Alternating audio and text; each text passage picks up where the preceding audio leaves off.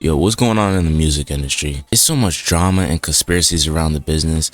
And with all that's been happening, I'm thinking to myself, why are so many rappers dying? You got X, Pop Smoke, Juice WRLD, Nipsey Hussle, King Von, and Mac Miller. Now, like, all of these rappers have died in some way, shape, or form. Now, like, it's so bad now that even rappers that you thought was living their best life, dream lives that we all will want, they just self-committed. And now everybody was nothing but the wiser. Yes, thank you, thank you guys for all the love and support with the last video. I messaged y'all heavy, like y'all for my ghosts, like, no funny. But anywho, a decade ago, the news of a rapper passing would probably devastate you. But nowadays, it's as common as casting that getting into some drama. Okay, to first figure this out, we have to realize that the lifestyles that these rappers are living beforehand. Nipsey Hussle, for example, he's a rapper who always spoke out against gun violence in his songs. He grew up in the slums and then joined the Crips when he was only 14. When bro gained success, he tried to give back to the community. And despite all the help that he did, he still fell to the same thing he was trying to save. And then you can think about the different genres of rap. Specifically, you have the rappers who rap about gang life. And now these right here, these is what's killing the youth hands down. Yo, you got King Von and many others who often rap about street life and the things that they had to do to, you know, get from one place to another. Murder, beef, money, cars, females. You already know this by now. But the thing with these rappers are you attract what you rap about. If y'all see the way they talked about King Von, they made this man to like he was literally the spawn of Satan, a literal demon. He was a serial killer who bragged about killing people. And he professed and confessed to be a demon. He was that, bruh. If he wanted you out of there, he'll go do it himself on feet by himself. Vaughn gave me a lot of passes. He could have killed me a couple times. I was happy as hell when I found out Vaughn was dead. I cooked for the whole day. I was relieved for the community, man. Because he was over there torturing them guys, man. I ain't gonna lie to you, man. Something was wrong with him. That's not human, man. You're not regular, man.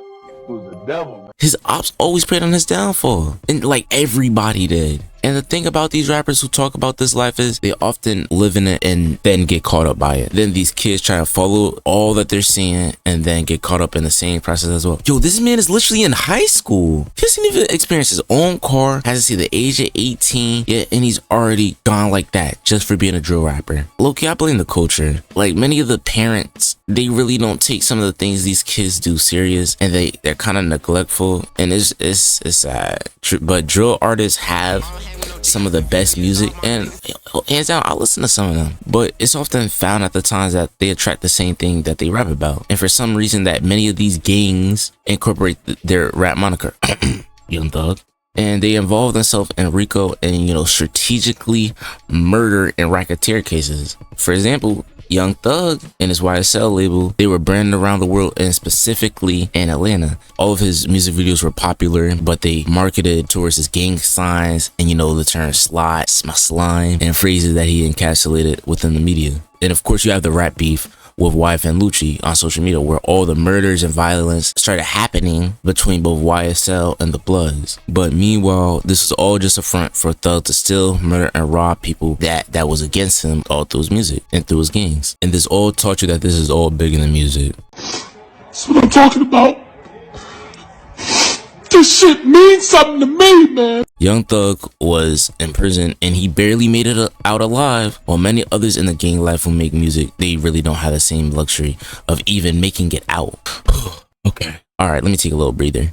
All right, now, another very big contribution to the toll in rappers' deaths include overdosing and self-mutilation. Some of these rappers consist of Juice WRLD, who died from overdosing himself to not go to jail, Mac Miller, who accidentally overdosed, Lil Peep, and Rich Homie Kwame, who all passed due to the same overdoses as well. And a lot of these rappers had the same emo type of vibe that many teens were able to relate to. And their music is often sad, or they talk about substance abuse and trauma they go to. And the artists cope through their trauma and pain through writing these songs and substance abuse, sadly. And not gonna lie, I feel as if like all of these artists, they manifest their future through their music. I'm sure he's on the top 5 of the all-time greatest Lakers, bro. That's not ridiculous. That's not ridiculous to say that. Okay, hear me out. I like think about the words when people say words are powerful. I genuinely stand 10 toes on this, because I feel like words can really move, and the things you say can really influence your future to that much of a degree. But there's a question.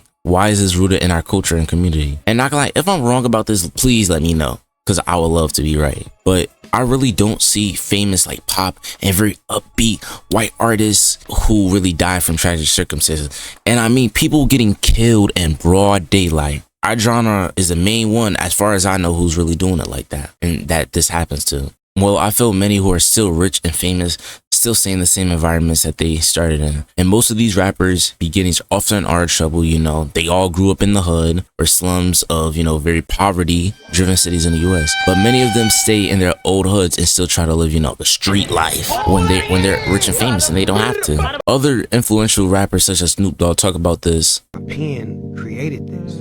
Like, and I look back at all of the rappers that was writing about death. They all dead. And it's our pen, it's what we was writing. I hope I live to see 21 and blah, blah, this and that. And I know I ain't gonna make it. And death around the corner and I'm ready to die. And that's the era we come from, to prepare ourselves for death. So I started writing life. Yo, cuz this is really crazy. It's crazy how most of them even die in their own neighborhoods. Some try helping out and giving back to their day ones, and it's cool, but there has to be some other ways to do it. And social media also plays a really big role in this by allowing these rappers to beef, start wars, finding out who murdered, and even investigating murder charges. And that's some of the upsides to it has very, very tragic downsides, as people can find your address and rappers' locations and your whereabouts through your stories and start pocket watching. Supposedly, Pop Smoke's killers found his address from something he posted from his meal on his story. And even with Fabio, these people documented basically the entire shooting from the start like it's a live show. Like, wow. But at least Fabio still survived though. And other people on social media even congratulates and tries to hurt people like Fulio, whose downfall has been preyed on for years among the music industry. And the problem is many really can't escape this. Pop Smoke moved all the way to Los Angeles and still couldn't avoid his death. Even artists who don't even rap about gangs like PNB Rock were killed over jewelry. And it's crazy we have to live in fear that many of us could be next. If it's not the cost, it's your own people, which is really a sad reality to think about. Once rappers reach a certain success, setbacks are almost guaranteed, and it's almost as a hit is put out on someone's head once they take off. And speaking of him, please, yo, rest in peace to Takeoff. You and the Migos, y'all were my favorite group going up. And this is genuinely depressing. We are living in an endless loop with death and violence in our community. There needs to be a change and something to keep these deaths at bay. I hope you guys enjoyed the video. King Mari signing out. Love y'all. Like a Mustang. See ya. I gotta watch on my wrist is a bust down. See ya. I'm tryna hop on a flight out of town. See ya. But I sent my baby to bring her around. See ya.